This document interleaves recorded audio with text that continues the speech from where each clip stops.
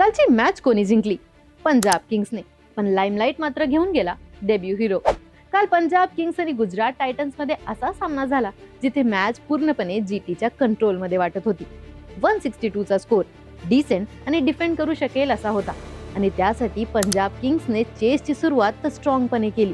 पण middle overs मध्ये batting line-up collapse झालं. एक वेळ मॅच मध्ये अशी होती जिथे पंजाब किंग्स इझिली मॅच जिंकू शकत होते आणि प्रेशर पीक वर तिथेच गेला आणि त्यावेळेस एंट्री झाली कूपर कॉर्नलीची. डेब्यू मॅच, हाय प्रेशर पण ॲटिट्यूड मात्र फिअरलेस. त्याने 70+ चा नॉक खेळत गेम पूर्णपणे फ्लिप केला आणि पंजाब किंग्सला 3 विकेट्सने विक्ट्री मिळवून दिली. पण जीटी साठी ही हार वॉर्निंग होती. मॅच कंट्रोल मध्ये असून सुद्धा फिनिश करता आली नाही आणि आजचा सामना सुद्धा तितकाच इंटरेस्टिंग असणार आहे. Lucknow super giants versus Delhi Capitals. एका साइडला बॅलन्स तर दुसऱ्या साइडला एग्रेशन. तर आज तुम्ही कोणत्या साइडला सपोर्ट करत आहात?